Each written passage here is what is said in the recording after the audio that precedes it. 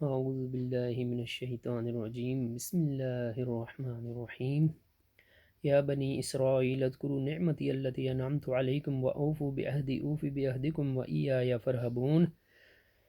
یہاں سے اللہ تبارک و تعالیٰ بنی اسرائیل پر، یہود پر جو انعامات کیے ان کا ذکر فرماتے ہیں۔ اللہ تبارک و تعالیٰ فرماتے ہیں، اے بنی اسرائیل یاد کرو میرے وہ احسان جو میں نے تم پر کیے۔ ہزاروں انبیاء ان میں بھیجے، توریت وغیرہ کتابیں نازل فرمائی، فرعون سے نجات دے کر ملک شام میں ان کو اقتدار دیا، من و سلوہ نازل ہوا، ایک پتھر سے 12 چشمے جاری کیے، اور جو نعمتیں ایسی ہیں کہ اور کسی فرقے کو نصیب نہیں ہوئیں، تو یہ اللہ تبارک و تعالیٰ ان کو یاد دلاتے ہیں تاکہ یہ شرم کریں اور نبی کریم صلی اللہ علیہ وسلم پر ایمان لے آئیں۔ وَأَوْفُوا بِعَهْدِي أُوفِ بِعَهْدِكُمْ وَإِيَّايَ فَارْهَبُونَ، اور تم پورا کرو میرا اقرار تو میں پورا کروں تمہارا اقرار۔ اقرار سے یہ تھا کہ توریت میں یہ اقرار تھا کہ تم توریت کے حکم پر قائم رہو گے اور جس پیغمبر پر کو بھیجوں گا اس پر ایمان لاؤ گے اور اس کا ساتھ دو گے، لیکن وعدہ وفائی نہ کی انہوں نے اور بے وفائی کی۔ نبی پاک صلی اللہ علیہ وسلم جب تشریف لائے تو آپ کو جانتے بوجھتے ہوئے جھٹلایا، نہ مانا۔ وَآمِنُوا بِمَا أَنزَلْتُ مُصَدِّقًا لِمَا مَعَكُمْ، اور مان لو اس کتاب کو یعنی قرآن کو جو میں نے اتاری ہے، سچ بتانے والی ہے اس کتاب کو جو تمہارے پاس ہے، یعنی توریت کو سچ بتاتی ہے وہ، تو قرآن کو مان لو۔ وَلَا تَكُونُوا أَوَّلَ كَافِرٍ بِهِ، اور مت ہو سب سے پہلے منکر اس کے۔ سب سے پہلے تو مشرکین نے اس کا انکار کیا تھا، مگر انہوں نے نادانی اور لا علمی کی وجہ سے انکار کیا۔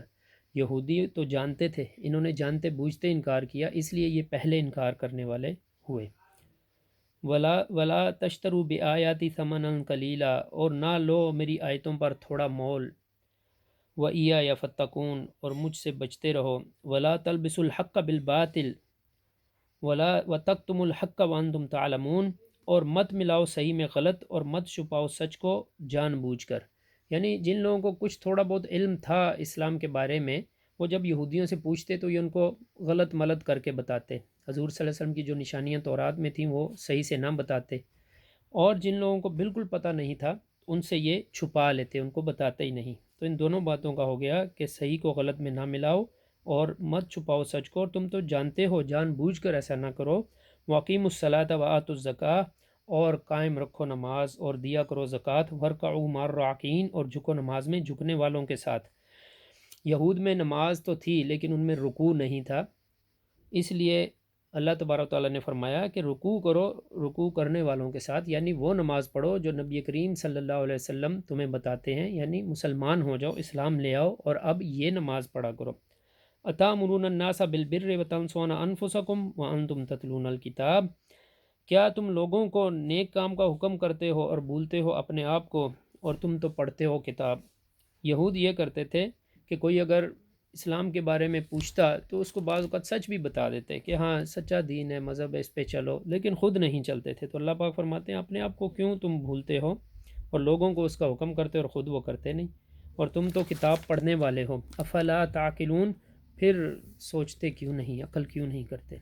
واستعینوا بالصبر والصلاح، اور مدد چاہو صبر سے اور نماز سے۔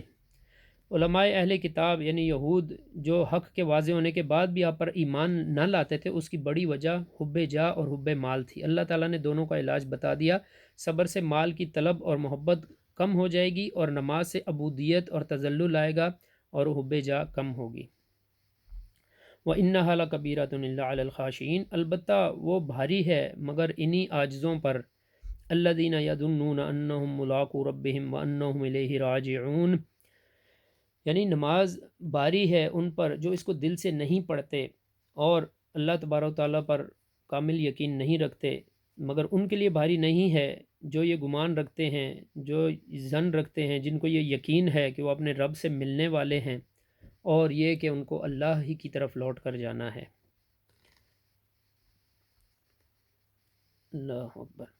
یا بنی اسرائیل اذکروا نعمتی التی انعمت علیکم وانی فضلتکم علی العالمین، اللہ پاک فرماتے ہیں اے بنی اسرائیل یاد کرو میرے احسان جو میں نے تم پر کیے، اور اس کو کہ میں نے تم کو بڑائی دی تمام عالم پر۔ اس وقت سب سے زیادہ بڑائی اللہ تبارک و تعالیٰ نے اپنے وقت میں بنی اسرائیل کو عطا فرمائی۔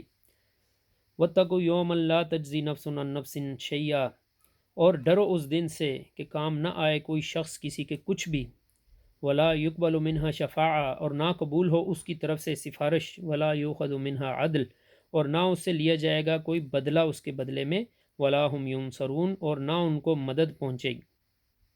اللہ پاک ڈراتے ہیں کہ یہ دنیا کی زندگی نہیں ہے، اس کے بعد آخرت کی زندگی بھی ہے، جس دن کوئی کسی کے کام نہیں آئے گا، نہ مال دولت، ماں باپ بہن بھائی، کوئی کچھ بھی کام نہیں آئے گا۔ اس دن سے ڈرو اور شرم کرو۔ اللہ اکبر۔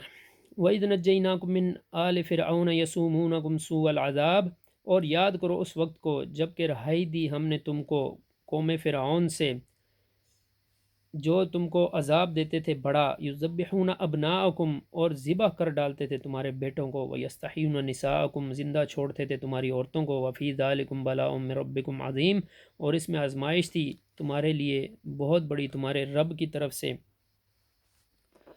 اللہ اکبر۔ تو اللہ تبارک و تعالیٰ یہ طرح طرح کے انعامات ان کو یاد دلاتے ہیں، اور کئی جگہوں پر اس کا ذکر فرمایا، اور ہر طرح کے احسانات یاد دلائے کہ ان احسانوں کو یاد کرو، اور جو نبی آخر الزماں کا تم انتظار کر رہے تھے وہ تشریف لا چکے ہیں، اور جانتے بوجھتے ہوئے ان کا انکار نہ کرو، مگر یہ انکار پر جمے رہے۔ ان میں سے چند جو یہودی علماء تھے وہ اسلام لے آئے اور حضور صلی اللہ علیہ وسلم کے صحابی بنے، اور ان کو اللہ تبارک و تعالیٰ نے دوہرے اجر کا اطمینان دلایا کہ تمہیں دوہرا اجر ہے۔ تو یہ بدبخت اس وقت سے آج تک مسلمانوں کے خلاف، اسلام کے خلاف ریشہ دوانیوں میں مصروف ہیں، اور آج بھی جتنا بھی فساد ہے دنیا میں سب انہی کا مچایا ہوا ہے۔ اللہ تبارک و تعالیٰ ہمیں ان کے شر سے محفوظ رکھیں، اور اللہ تعالیٰ اپنے نافرمانیوں سے ہمیں بچائیں، اور اپنے فرما برداری پر چلنے کی توفیق عطا فرمائیں۔